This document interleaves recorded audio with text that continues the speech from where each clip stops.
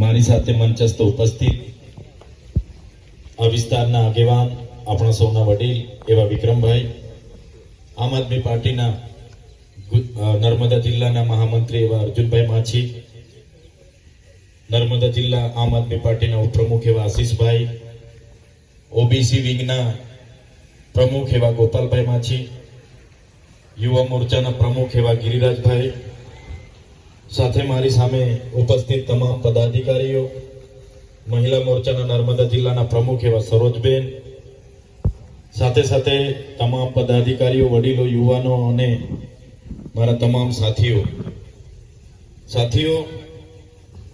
જે પ્રકારે વિક્રમભાઈ, આશીષભાઈ તો ઘણી વાતો કરી છે. આગળ પણ તમે આ પ્રશિક્ષણ શિબિરમાં તમે તાલીમ લીધી છે, અમારા વિડીયો પણ તમે સાંભળ્યા હશે કે ચૂંટણી પંચ દ્વારા, ભારતના ચૂંટણી પંચ દ્વારા જે જૂની યાદી હતી, તમને બધાને ખબર છે કે બંધારણનો અનુચ્છેદ 326 અધિનિયમ અંતર્ગત દેશના નાગરિક હોય અને પુખ્ત વયના હોય, 18 વર્ષ એના થાય તો એને મતદાન કરવાનો અધિકાર સંવિધાને આપણને બધાને આપ્યો છે.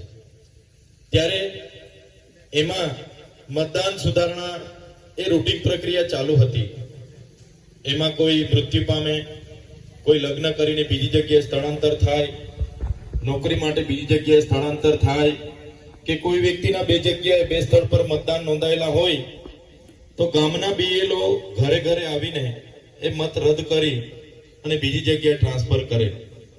અને કોઈ વ્યક્તિ 18 વર્ષનો થાય, લગ્ન કરીને ગામમાં આવે કોઈ દીકરી, તો એનું નામ બીએલઓ ઘરે આવી ફોર્મ ભરીને નામ એડ કરી દે.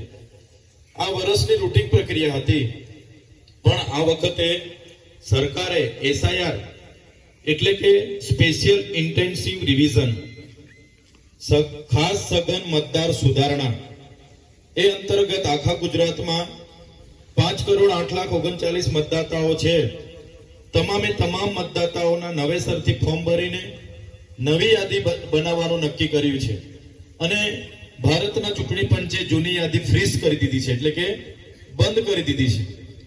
ત્યારે આ નવી યાદીમાં કોઈ મતદાન બૂથ છે, ગામનું કોઈ મતદાન બૂથ હોય અને એમાં 1000 મતદાતાઓ છે, એની યાદી જૂની છે જ, પણ એ 1000 મતદાતાઓના ઘરે ઘરે બીએલઓ જાય અને ફોર્મ ભરે, ઓનલાઈન કરે, પ્રાંત અધિકારીને રજૂ કરે અને પછી જ નવી યાદી બને, એમાં એનું નામ આવે.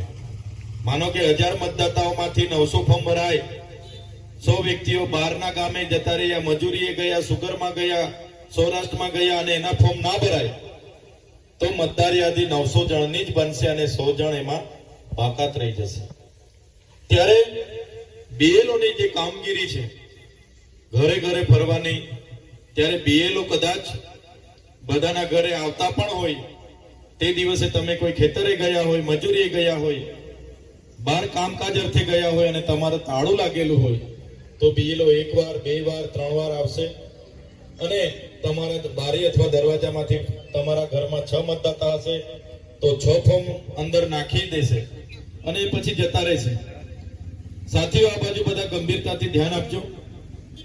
બીએલઓની કામગીરી 4 નવેમ્બરથી લઈને 4 ડિસેમ્બર સુધીની છે. 4 નવેમ્બરને આજે 8 તારીખ થાય છે, એટલે 4 દિવસથી આ કામગીરી ચાલુ થઈ ગઈ છે અને 4 ડિસેમ્બરે કામગીરી પૂર્ણ પણ થઈ જશે. જો આ 1 મહિનાની એસઆઈઆરની કામગીરી દરમિયાન આપણો કોઈ મતદાતા રહી જાય છે તો તમે સમજો કે એનું નામ એ મતદાર યાદીમાં નહીં આવશે. એ ચાહે ઉમેદવાર કરવાનો હશે તો ઉમેદવારી કરી નહીં શકશે, એ મતદાન કરવાનું વિચારશે તો મતદાન પણ કરી નહીં શકશે. એટલે આજે તમને ખૂબ જ જવાબદારીપૂર્વક, ગંભીરતાથી તમને બોલાવ્યા છે. સાથીઓ, તમે વિચાર કરો આપણી પાર્ટી કેટલી આ બાબતને લઈને ગંભીર છે.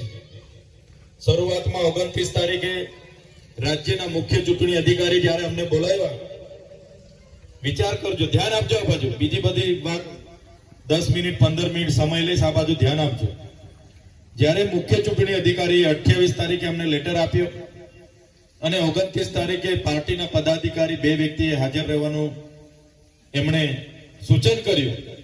ગોપાલભાઈ ઇટાલિયા જુનાગઢ હતા, હું દાહોદ હતો છતાં અમે બીજા દિવસે સમયસર, સમય કરતા 15 મિનિટ પહેલા chief election commissioner, chief election ઓફિસરની કચેરી ગાંધીનગરના 7મા બ્લોકમાં બીજા માળે અમે પહોંચી ગયા. ત્યાં જઈને અમે જોયું ભારતીય જનતા પાર્ટીના પણ સાંસદ, ધારાસભ્ય ત્યાં હાજર હતા. જે કોંગ્રેસની પાર્ટી આખા ગુજરાત, આખા દેશમાં વોટ ચોરીનો મુદ્દો ઉઠાવ્યો, જોજો તમે, એ કોંગ્રેસના અગ્રણીઓ એનાથી બાકાત રહ્યા 82-85 વર્ષના 2 વડીલોને ત્યાં મોકલી આપ્યા. અને એ વડીલો આવીને બેઠા, એક સવાલ એમણે ના કર્યો.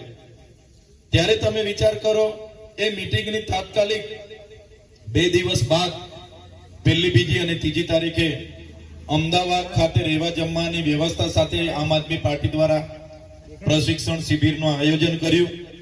એમાં આપણા જિલ્લાના પ્રભારી, સહપ્રભારી, વિધાનસભાના પ્રભારી, જિલ્લાના પ્રમુખ, લોકસભાના ઇન્ચાર્જ, સહયોગી બધા જ લોકોએ ત્યાં આવીને તાલીમ લીધી. અને આજે તમારી પ્રશિક્ષણની તાલીમ છે ત્યારે મારા પર ઘણી મોટી જવાબદારીઓ છે. છતાં પાર્ટીનું સૂચન હતું કે તમારા વિસ્તારની પ્રશિક્ષણની તાલીમમાં તમારે હાજર રહેવાનું છે. ત્યારે 3 દિવસથી પ્રશિક્ષણની શિબિરો ચાલે છે. આજે 4થો દિવસ છે. હું પોતે તમારી વચ્ચે એના માટે હાજર થયો છું. ત્યારે સાથીઓ, આ બીએલઓની કામગીરી જે થશે એમાં ક્યાંક કેટલાક ભાજપના મોટા નેતાઓ બીએલઓનો એ પ્રકારે દબાણ પણ કરશે કે ભાઈ તમે મારા ઘરે આવી જાઓ, મારા ઘરે છોકરાઓ છે, એ તમે ફોર્મ આપી જાઓ, બધા ભરી દેશે, અમારી સરકાર છે, અમારું પેલું નહીં કરશો તો તમે જાણો બદલી કરાવી દઈશું, આમ કરાવી દઈશું, તેમ કરાવી દઈશું. બીએલઓ બિચારા કોઈ માસ્તર હોય, કોઈ ગામમાં માસ્તર ગેરહાજર હોય, બીમાર હોય તો આંગણવાડી વર્કર હોય, ગભરાઈ જાય. મોટા નેતા હોય, દાદાગીરી કરતા હોય તો સ્વાભાવિકપણે એને માથાકૂટમાં પડવા કરતા ફોર્મ એને આપી દઈએ એમ કરીને આપીને જતા રહે. ત્યારે શું થશે? જે ગામમાં આમ આદમી પાર્ટીના કાર્યકર છે, જે ગામમાં આમ આદમી પાર્ટીના મતદાતાઓ છે, એ ભાજપના લોકો એ મતદાતાઓના ફોર્મ ભરવાનું નહીં કરશે. એમના 1000 મતદાતાઓ છે, એમના 800 જણ છે, 800 ના ભરશે, 200 ના ભરે તો એ દિવસે આપણને ખૂબ મોટું નુકસાન થશે. એક બૂથમાં આવી ડુપ્લિકેટ 50 મતો એડ થઈ જાય, કાં તો આપણા મતદાતાઓ કપાઈ જાય તો 10 બૂથોમાં આપણને 500 મતોનું નુકસાન થાય, 100 બૂથોમાં આપણને 5000 મતોનું નુકસાન થાય. એક વિધાનસભામાં 300 થી વધારે બૂથ આવે છે ત્યારે 15000 નું નુકસાન થાય. એક સીટ પર 10 બૂથો હોય, કોઈ વ્યક્તિ તાલુકા પંચાયતનો ઉમેદવાર હોય અને 500 મત જ્યારે આપણા ઉમેરાવાના રહી ગયા હોય, આપણા મતદાતાઓ ચૂકી ગયા હોય તો એ વ્યક્તિ તાલુકા પંચાયત પણ હારી શકે છે. કેમ કે તાલુકા પંચાયતમાં 200-250 મતોથી જ જીત થતી હોય છે. ત્યારે વધારે લાંબુ હું નથી કહેતો, કેમ કે તમે ગૂંચવાશો, એના કરતા હું તમને ડાયરેક્ટ પોઈન્ટ પર આવી જાઉં છું. આ પ્રકારનું ફોર્મ લઈને તમારા બ્લોક લેવલ ઓફિસર એટલે કે ગામના એક શિક્ષકને જવાબદારી સોંપી હશે, કાં તો કોઈ એક જગ્યાએ શિક્ષક ના હશે, ગેરહાજર હશે તો આંગણવાડીને જવાબદારીઓ સોંપી હશે. એ લોકો આવા ફોર્મ લઈને આવશે. એમાં તમારું નામ, મતદાર કાર્ડનો નંબર, તાજેતરનો ફોટો, તમારું સરનામું, તાલુકો, જિલ્લો અને રાજ્ય લખવાનું છે.